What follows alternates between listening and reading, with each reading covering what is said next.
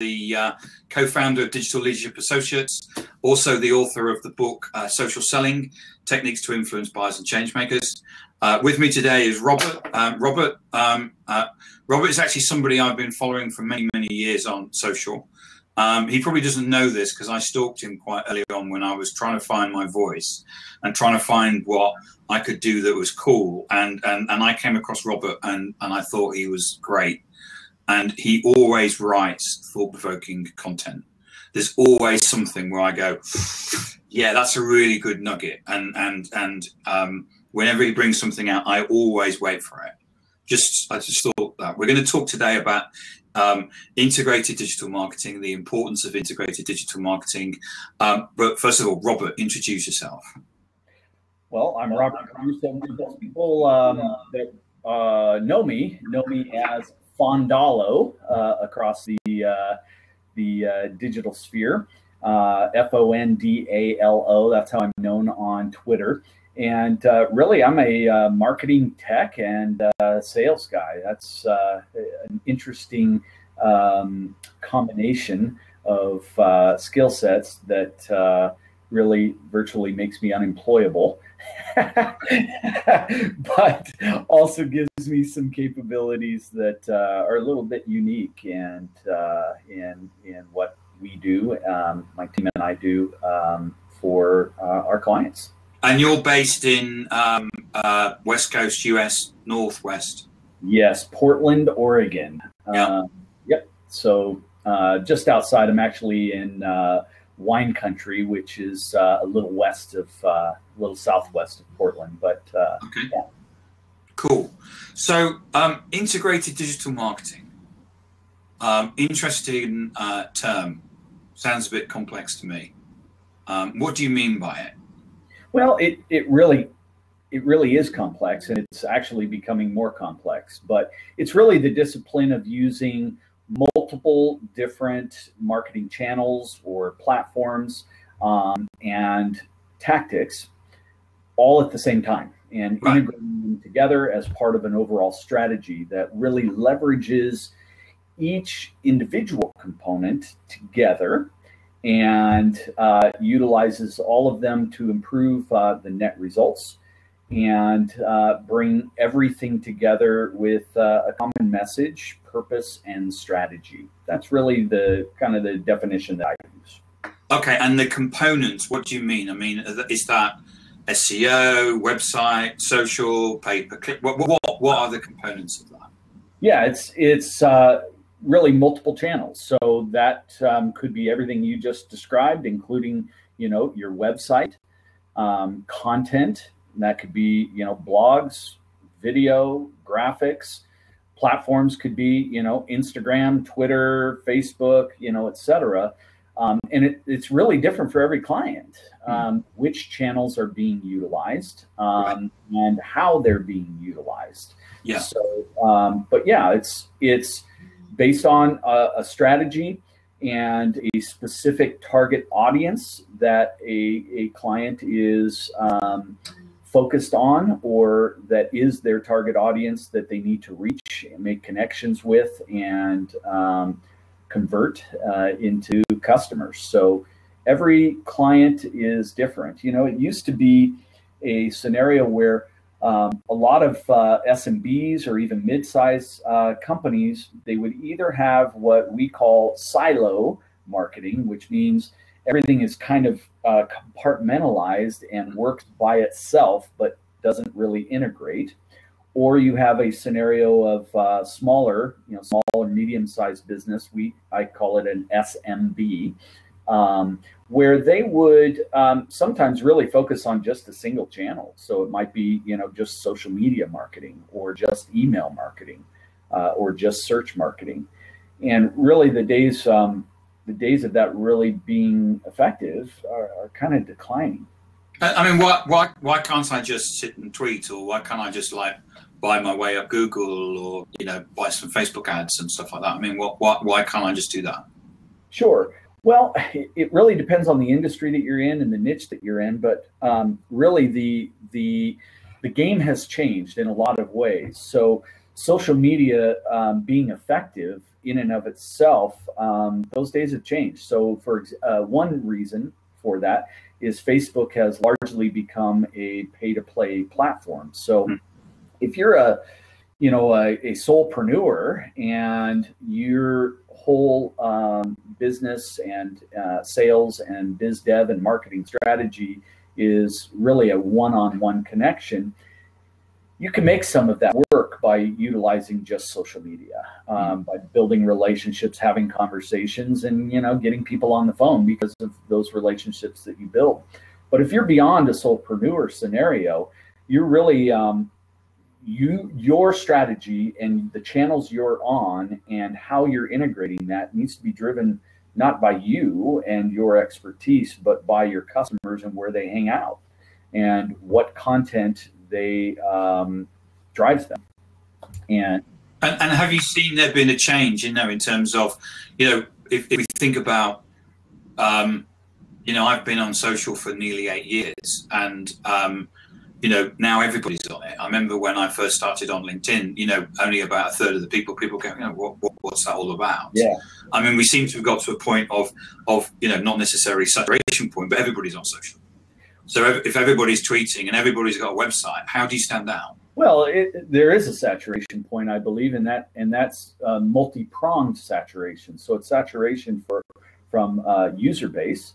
It's also saturated from content. So, about 2 years ago, Mark Zuckerberg of Facebook came out with Zuckerberg's Law, and it's connected to Moore's Law from one of the founders of Intel that was related to technology and how quickly the speed of the processor improves and how often it doubles. And it's approximately every 2 years or 18 months that the speed of the processor doubles, yet the price of the equipment, so the resulting PC, actually stays the same. And so that's why, every time you go to buy a PC, they're about the same price, whether it was 5 years ago or tomorrow, but they're exponentially faster. So Zuckerberg's Law was very similar, and it basically states that roughly every 2 years, people are sharing twice as much content as they did 2 years earlier. So I've written about this dramatically. So not only are you now competing with the voice of your competitors, your peers, or friends, family, etc., to be noticed, but there's also a considerable amount of additional content that is scaling at just massive levels. So in order to stand out, you really have to be everywhere your audience is. You have to be doing all of the things that are required to be effective there, and you have to do it at a level of sophistication and quality that beats your competition. And so, I mean, those are really the facts and the reasons. So you have to be better than your competition at creating content, at consistently doing it, at sharing stuff, at communicating back, at responding, at your search rankings, your website content flow, funnel, and it just goes on and on and on. So there are all these different elements or components and platforms and capabilities that today have to work together in an intelligent way with a strategy that works. Right. Okay. And in terms of the, there's a statistic that 95% of content basically isn't read. Yeah. So I know a lot of people that put out content just because they've got to tick a box. Yeah. Because they've got a KPI. You put out a blog even today about the fact that you've got to have, you can't. It's not just about having good content anymore. It's about having excellent content. Yeah. And content that engages and excites people, makes them laugh or something like that. It's not, and we call it meaningful. The content has to be meaningful and has to make a personal connection and provide personal value and impact to your audience. And it's done many different ways. One of those is humor. But really it's all based on research. Sorry to interrupt, Tim, but you you have to know what you don't know. You have to intimately know and understand your target audience and what drives them, what motivates them, what concerns they have, what life issues they have. And it's really about impacting their well-being in meaningful ways through the content that you write. And you can't do that based on assumptions. You can't do that based on your gut feelings. You have to do that based on research. And it's where it all starts. You can't develop a strategy without knowing what you don't know. And so day one, when you basically pick up a client, the first thing you do is research. The second thing we do is continue research, because really we don't even. So this research phase for you is really important. Yeah, it's before we agree to work with a client, because we need to understand their market, their niche, their brand, and their audience enough to go, yeah, okay, is there a fit for us here? And can you make a difference? Yeah, can we make a difference? Do we like them, right? Can we work with them? Is their industry one that there's huge opportunity in, that doing what we do will make a difference for them? So there's research before we even engage a client. And then once we engage a client, we'll spend 25 up to 80 hours before we do a single thing related to the work that we will be doing on an ongoing basis from week to week, month to month. So it's research drives everything that we do. Right. And what sort of things are you researching when you do that? Is that where the customers hang out, what they're thinking? So it kind of sounds like persona marketing, but on steroids. It is. Personas. And for those of you that maybe aren't really familiar with that, it's about really making caricatures of people that represent a segment of your target market. So you might have Joe, who's a middle-aged semi-professional that makes X amount a year, that has 2 kids that are in college, that drives these kinds of vehicles, and it's really about making a detailed persona of each of, and it's usually only about 3 to 5 personas.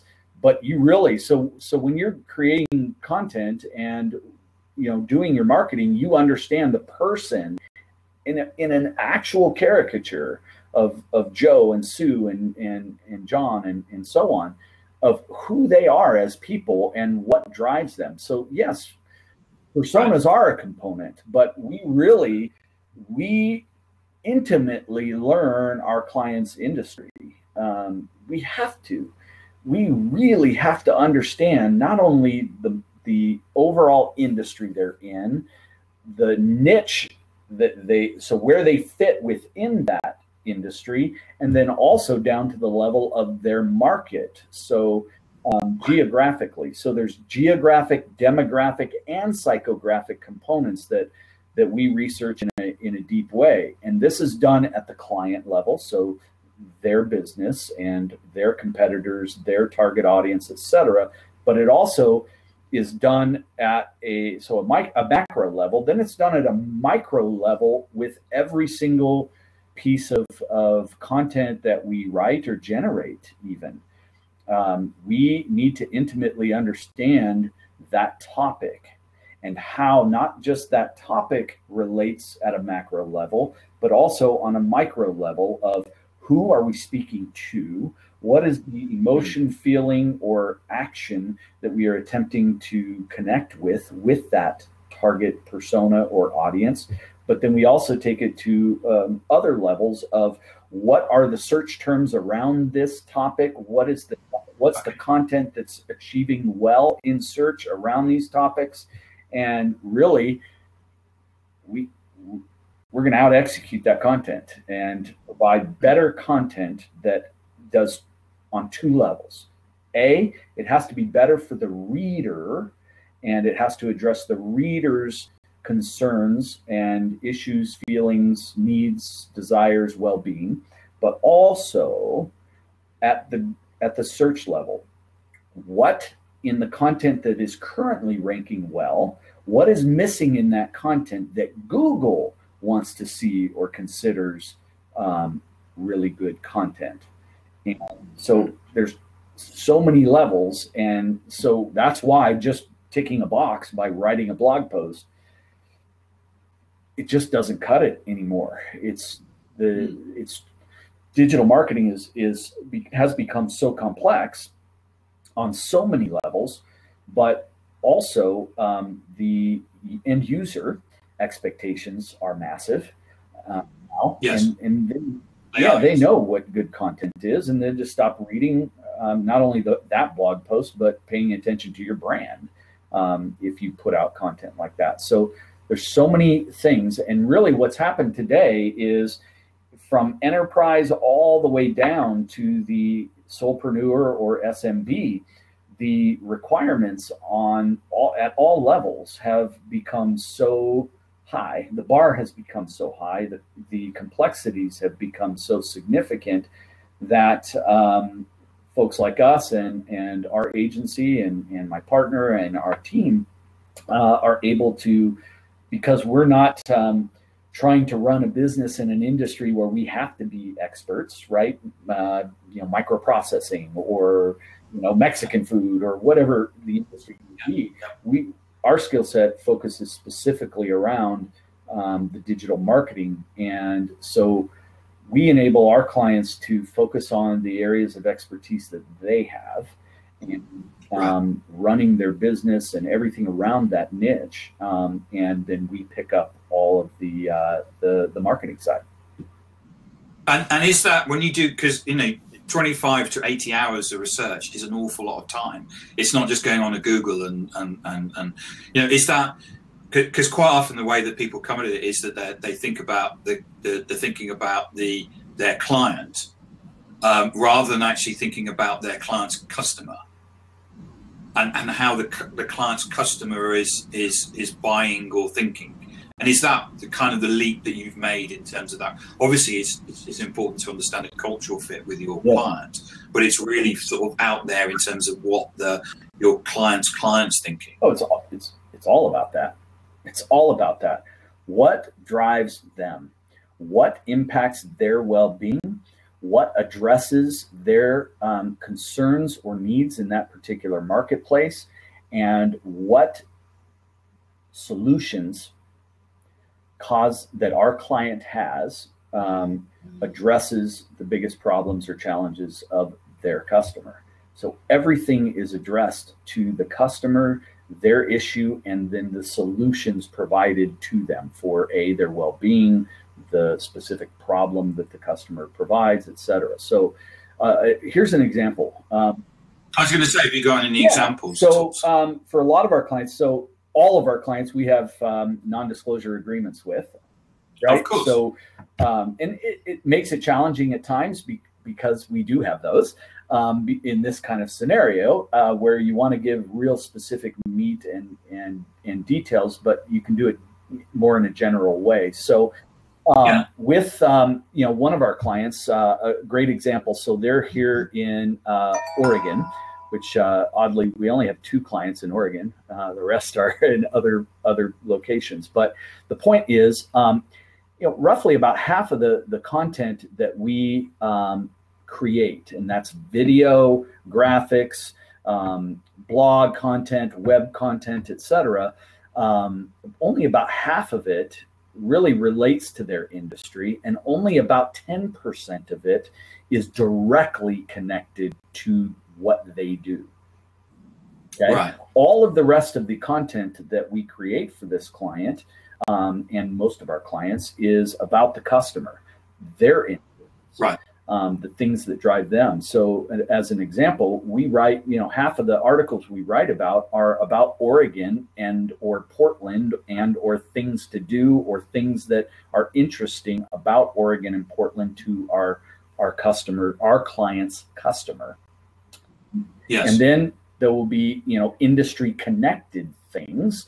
Let's pick an industry, call it computers, right? So even though maybe our client would be selling computers, We might write articles that are connected to technology and computing, but aren't directly related to what our clients does, but still addresses the concerns, needs, and interests of the target audience. And then about 10% of what we do will be specifically about our client's computer and the solution. Right.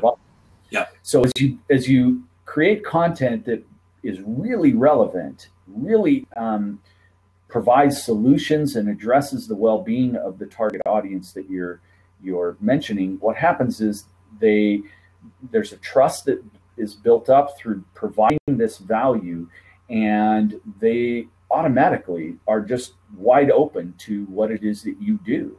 And we see this all day long with our clients. The traffic. And is that like making sure that you've got top of the funnel, middle of the funnel, and bottom of the funnel, or do you not go into that? It's more about you focusing about creating content across the piece. So no, it's every level.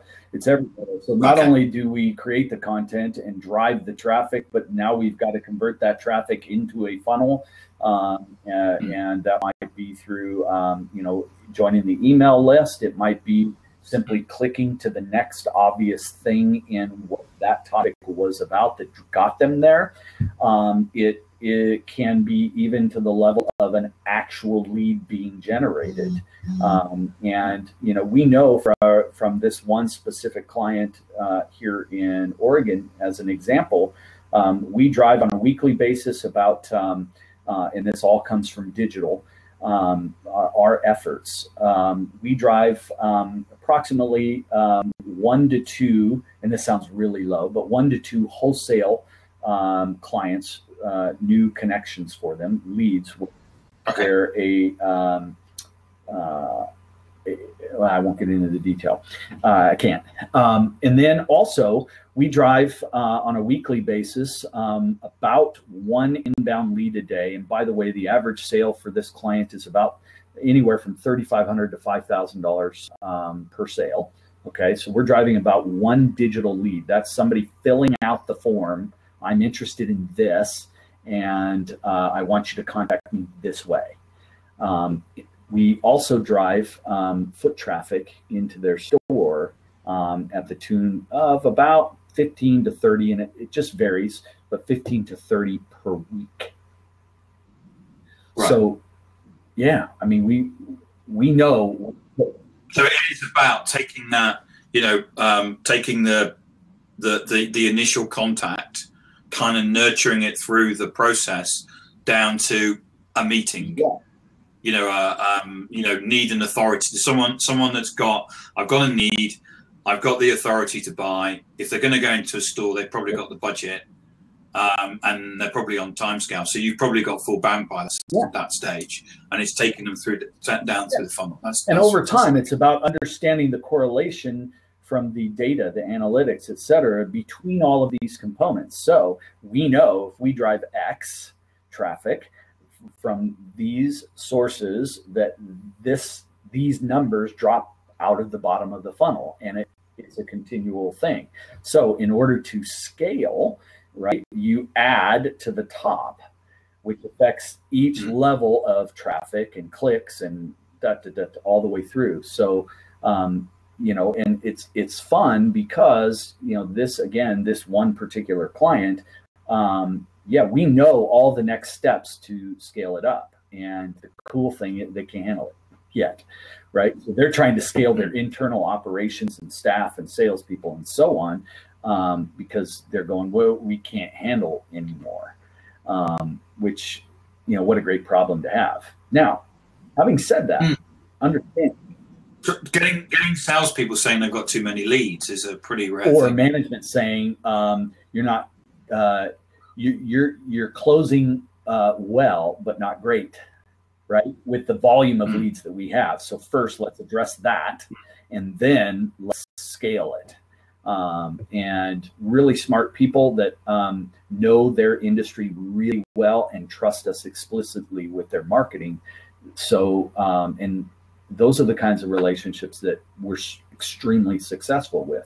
So when they see that we've taken them from virtually zero digital footprint, and in a year and I think 8 months, have them dominating their market online in every way, shape, and form. A quick example. So zero digital footprint to now we track 136 search terms for this particular client. The top 50 that we track rank on page 1, organic search result 5 or better on the first 50 of the 136 that we track. So yeah, that's pretty good. Yeah, just a little. Yeah, I mean, we've got a client, and they came to us about writing content, and we basically got, you know, they want to be famous for blockchain, and so they said to us, well, what do you know about blockchain? And we said, well, nothing. And they said, well, you're not going to be very good at writing content about it, are you? And I said, well, what do your customers know about blockchain? They said nothing. I said, well, you kind of got like there's a thing going on here where, you know, you to understand, you know, and sometimes the subject matter expert isn't the right person to write it. They know too much. There's too much jargon, and the person that's coming to you, that's looking for your stuff, is interested in the fact that you're the best digital marketer in the world, but they're looking for education. I mean, the first article we wrote was, what is blockchain? Put it on LinkedIn, and it just went, you know, because actually everybody wants to know what blockchain is. You know, everybody. I'll be interested in reading 500 words of what blockchain is, and it's amazing how people are looking to be educated.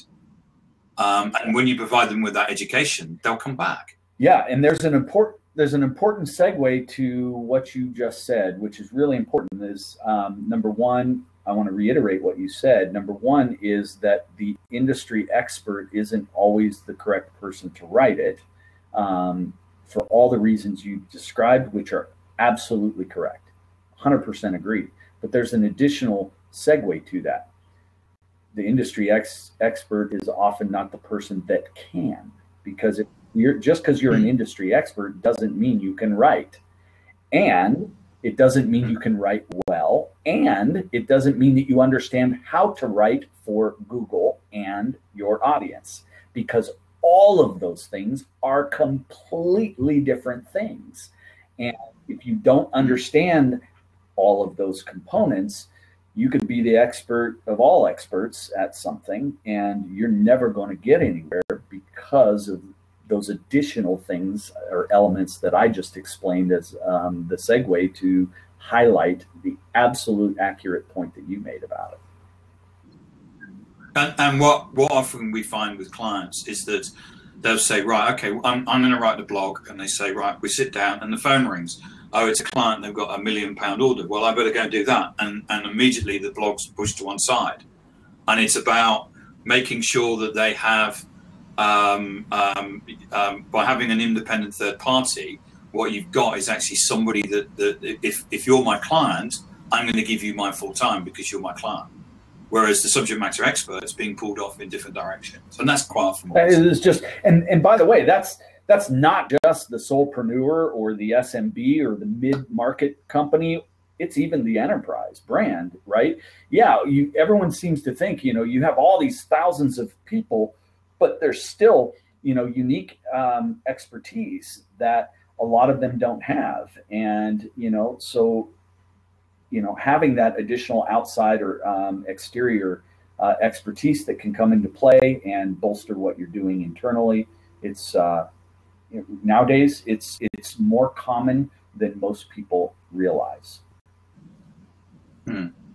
So time's up. Is there anything like some way that you want to summarize or give the audience something in terms of some points in terms of you know, what they need to think about in terms of integrated digital marketing? Sure. I think there's a lot of things that can really be helpful for folks, and you know, let's kind of jump through a few of these. Kind of made a couple notes on it, but here's 5 points about doing integrated digital marketing effectively. You know, we talked about some of them in detail, some we didn't, but let's kind of cover that. So one, know your audience really, really well. Two, meaning who are they? Secondly, is understand your audience. So not only who are they, very different things. Two separate things, and a lot of people don't get that. Three, know the platforms that your audience spend all their time on. Four, create content consistently. And when I say, anytime I say content, I'm saying the most exceptional content that can be created.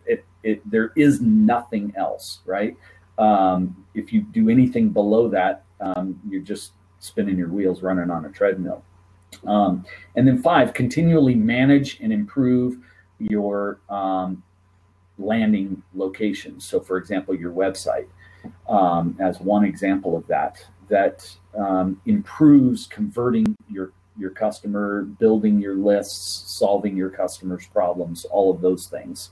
And then I would say on the content side, I'll just kind of jump over to my article from today about creating meaningful content and give 3 quick bullet points. So we have something internally that we develop. We have it everywhere. You know, it's on whiteboards. It's, you know, everything we do is around this, and so now I'm looking up at it. But it's about being cool, being innovative, and effective. Everything we do, it's measured, not measured by, but run through that filter. And so there's multiple components around that, creating feeling and emotion, you know, being edgy, humor, funny, providing facts and statistics that bolster or support your analogies or hypothesis that you're writing about, importance, and resonating topics. So it's important to your audience and it resonates with them and their well-being or improves their well-being. And last and really important, and again, I've said all of this multiple times through our conversation, but solutions. People less want information or education, they more want solutions. A lot of times, most of us, you know, there's some of us that are really analytical, but most of us, we don't care how we get there, just get us there, right? Solve my problem, don't tell me about it. So there's a fine line on how you do that, and there's some ways to go about doing that, but my training on that stuff is too expensive for today. So it's about bring people solutions, not problems. Yep. Yeah. Robert, it's been fantastic and it's been insightful. Thank you very much. So where can people get hold of you? Fondalo.com, Fondalo. You can search Robert M. Caruso and find me all over anywhere that you would want to reach me online. And I'll reiterate again, if you don't follow Robert, you really should. And so you just released. I know that you've just said on Facebook you've asked for people to sign up to a list, and I need to do that because you always create insightful stuff, and it's always worth making time to actually. Well, thank you very much. As do you. You're welcome. As do you. And thank you so much for having me. Thank you, Robert, and I'll see you online. Thank you. Yeah. Cheers, Robert. Bye.